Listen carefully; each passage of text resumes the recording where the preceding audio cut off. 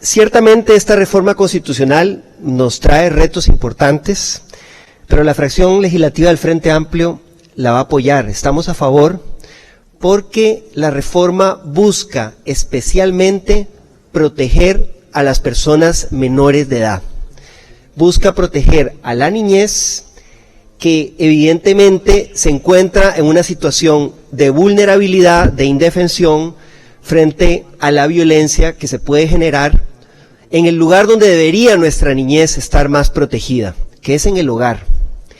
Y entonces, si bien es cierto existe una garantía constitucional que es muy importante, forma parte de las garantías del debido proceso y ciertamente es una garantía que existe en nuestra Constitución antes incluso de la Constitución del 49, lo cierto es que en este caso esta garantía constitucional puede ser utilizada para violentar los derechos fundamentales de las personas menores de edad que no tienen la posibilidad muchas veces de defenderse y a quienes tenemos la obligación de proteger especialmente. Y en ese contexto, creemos que hay que hacer algunos ajustes al texto, pero vamos a apoyar la reforma porque creemos que es un avance. Y aquí, precisamente para dar esta discusión de forma responsable, yo quiero decir que ojalá el oficialismo tenga contención a la hora de querer llevar su cruzada contra el Poder Judicial a todas las discusiones de este plenario legislativo. Y la cruzada contra la Sala Constitucional creo que podemos dejarla para la consulta de constitucionalidad, que en este caso es obligatoria, pero diferimos de lo que ha planteado aquí el diputado Villalobos Umaña en dos sentidos. En primer lugar, y eso bueno, creo que el diputado Villalobos Umaña lo dejó entrever al final, siempre puede existir en un proceso penal un testimonio falso. Siempre puede existir un testimonio que esté manipulado, que está mediado, y para eso los jueces tienen la formación y la obligación de valorar el testimonio de acuerdo a las normas de la sana crítica. Es decir, en cualquier proceso puede existir un caso de alguien que llega a declarar y el juez sospecha de que ese testimonio está mediado por la coacción, por la manipulación, que es un testigo que llega a repetir algo que le dijeron que diga, ¿verdad? Que es un testigo que no está cumpliendo su deber a conciencia. Eso puede existir en cualquier proceso y los jueces tienen que valorar con todas las demás pruebas y pueden determinar si le dan credibilidad o no a ese testimonio. Ese riesgo no va a desaparecer nunca. Lo que pasa es que hoy, haciendo un uso indebido de esa garantía constitucional, hoy existe la puerta, la vía legal para que personas aleguen esta garantía constitucional no declarando en casos de violencia contra personas menores de edad, desprotegiendo a las personas menores de edad. Y eso es lo que esta reforma busca garantizar. Yo difiero de lo que plantea el diputado Villalobos Umaña en cuanto a que esta reforma tendría algún problema por la jurisprudencia de la Sala Constitucional sobre la imposibilidad de hacer reformas parciales en contra de los derechos fundamentales. Y a diferencia del diputado Villalobos, creo que es una reforma muy importante, una jurisprudencia muy importante, que le pone un límite al constituyente derivado para introducir modificaciones en la Constitución que retrocedan en materia de derechos humanos y derechos fundamentales. Y creo que es válido plantear que ese tipo de reformas deben discutirse únicamente en una Asamblea Nacional Constituyente. Es una garantía para la ciudadanía. Yo no creo que sea equivocada esa reforma constitucional. Creo que es necesaria. Es un freno al abuso del poder político. Pero, además, no creo que esta reforma choque con esa jurisprudencia. Y les voy a explicar por qué difiero del diputado Villalobos Umaña. La Constitución tenemos que interpretarla integrándola con los instrumentos internacionales de derechos humanos, que también, gracias a la jurisprudencia de la Sala Constitucional, tienen un reconocimiento, bueno, y lo que dice el artículo 48 de la Constitución Política tienen un reconocimiento de tener el mismo valor, el mismo rango jurídico que la norma constitucional, e incluso superior, si mejoran la protección de los derechos humanos. Entonces, cuando esta garantía constitucional se aprobó, Costa Rica no había ratificado importantes instrumentos de derechos humanos, como la Convención de Naciones Unidas sobre el Derecho del Niño y de la Niña, que reconocen el principio de la protección del interés superior de la persona menor de edad. Ese es un principio fundamental que rige toda la legislación en materia de derechos de la niñez y que ha sido incorporado a nuestra Constitución a partir de la aprobación de instrumentos internacionales de derechos humanos. Entonces, a la hora de valorar si esta reforma constitucional realmente reduce derechos fundamentales, tenemos que hacer un análisis integral de todo el bloque de constitucionalidad. Y el bloque de constitucionalidad establece una obligación reforzada de los estados de aprobar legislación para proteger a las personas menores de edad.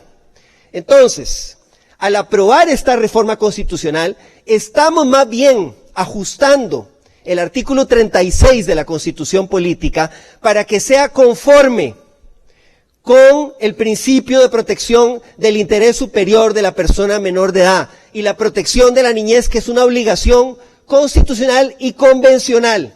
Estamos más bien ajustando el texto de la Constitución, que efectivamente es una norma muy antigua, a la nueva realidad donde el país tiene la obligación de aprobar legislación especial para proteger a las personas más vulnerables.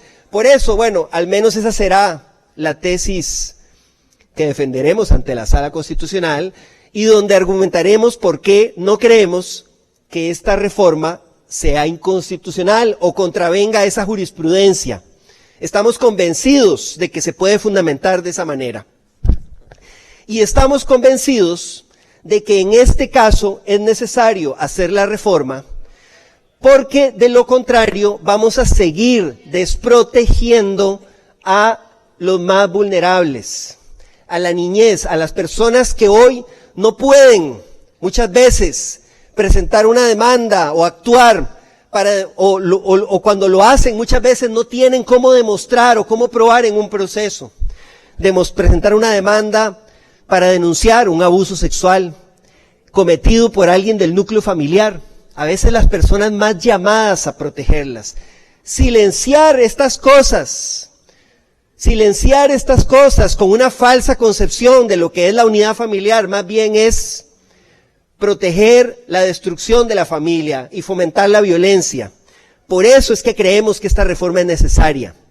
Y por eso es que creemos, para dar voz a esos que no tienen voz, que no han sido escuchados y que pueden estar y que sufren en nuestro país situaciones de violencia y a veces por otras realidades de círculos de violencia extendidos, no cuentan con la posibilidad de que alguien declare denunciando ese abuso, donde hay casos de familiares que conocen el abuso y lo callan. Y la forma cómoda ha sido acogerse a este artículo 36 de la Constitución. Creemos que esta excepción es necesaria, pero no es porque se esté o se quiera reducir un derecho fundamental, es que tenemos que armonizar los derechos. Y en este caso se trata de armonizar la garantía constitucional del artículo 36 con la protección que también tiene rango constitucional de los derechos y el interés superior de la persona menor de edad, para proteger a la niñez costarricense, para proteger a nuestros niños y niñas de la violencia, del abuso que se da en ese espacio donde debería darse la mayor protección. Es necesario aprobar esta reforma y creemos que es posible armonizarla por las razones dichas y que la preocupación planteada por el diputado Villalobos Umaña tiene esa solución.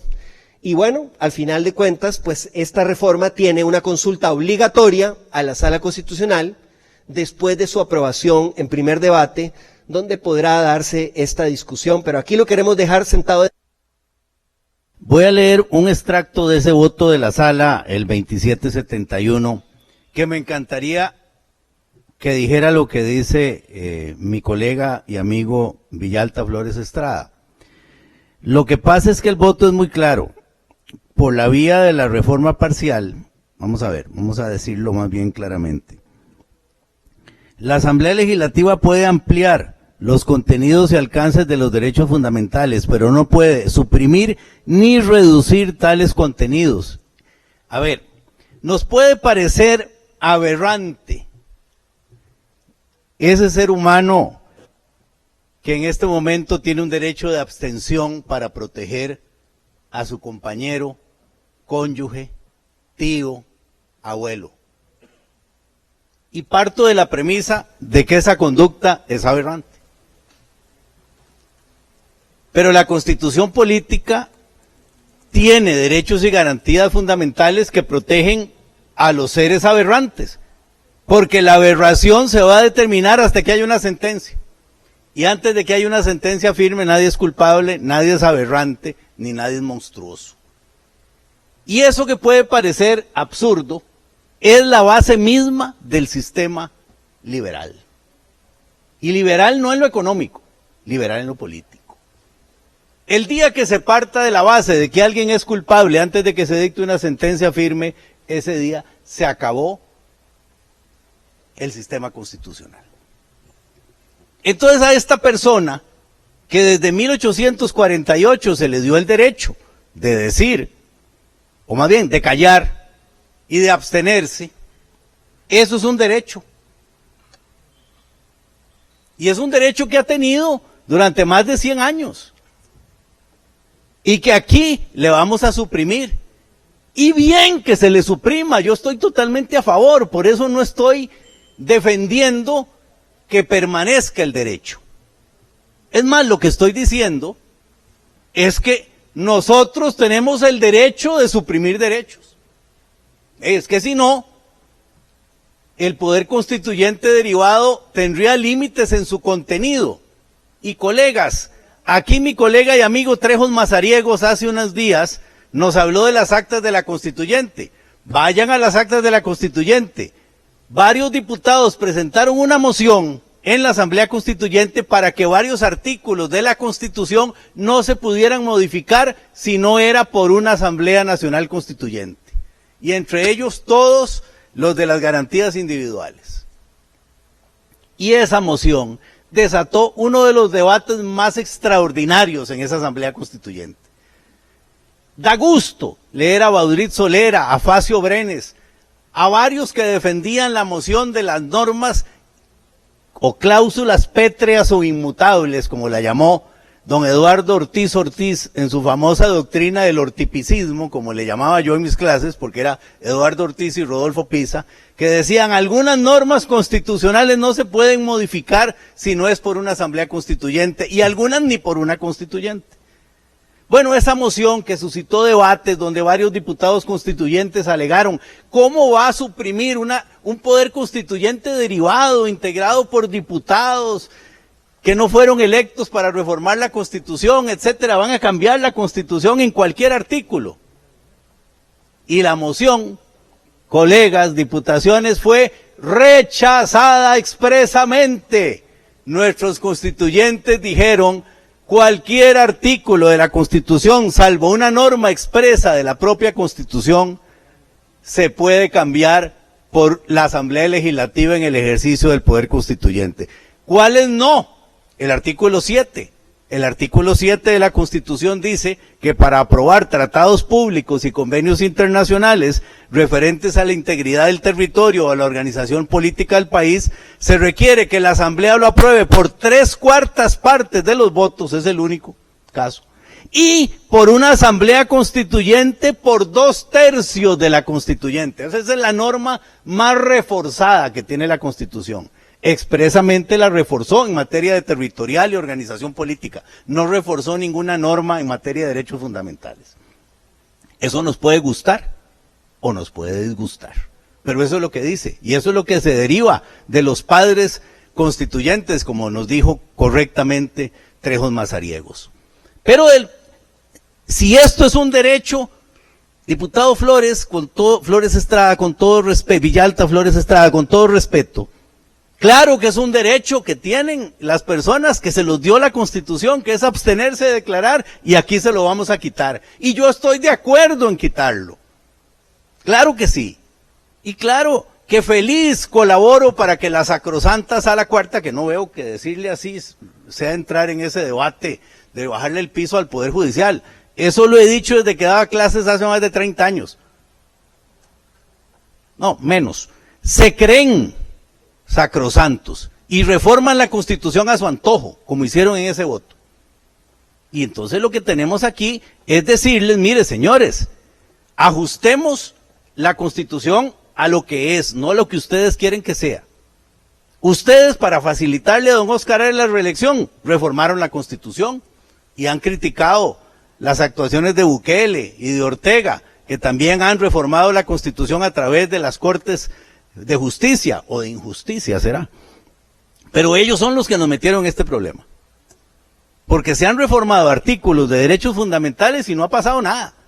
El artículo 24 ha establecido la intervención de teléfonos que no existía antes de los 90 y esa pasó y me parece excelente que haya pasado. Y esta también me parece excelente, la voy a votar y voy a colaborar con este texto y voy a colaborar a ver si la sala cambia de opinión. Ojalá. La otra discusión, don José María, la tendremos si es posible por un poder constituyente derivado suprimir derechos. Yo creo que sí, pero eso es otro debate. Aquí estamos en este concreto y en el que todos creo que estamos de acuerdo. No creo que haya alguien que va a votar en contra. Para el acta yo voy a dejar sentado aquí una redacción que acabo de hacer a ojo de vuela pluma, diría algún escritor español.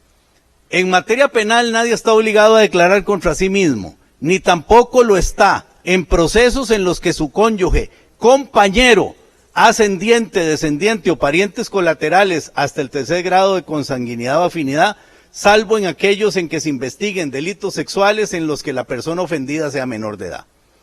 Creo que con eso se corrigen varios aspectos, también es perfectible, tenemos tiempo para llegar a un texto consensuado, porque aquí, en los 2 minutos 28 segundos que me quedan, creo que se deduce claramente que todos estamos de acuerdo en esta reforma, primero.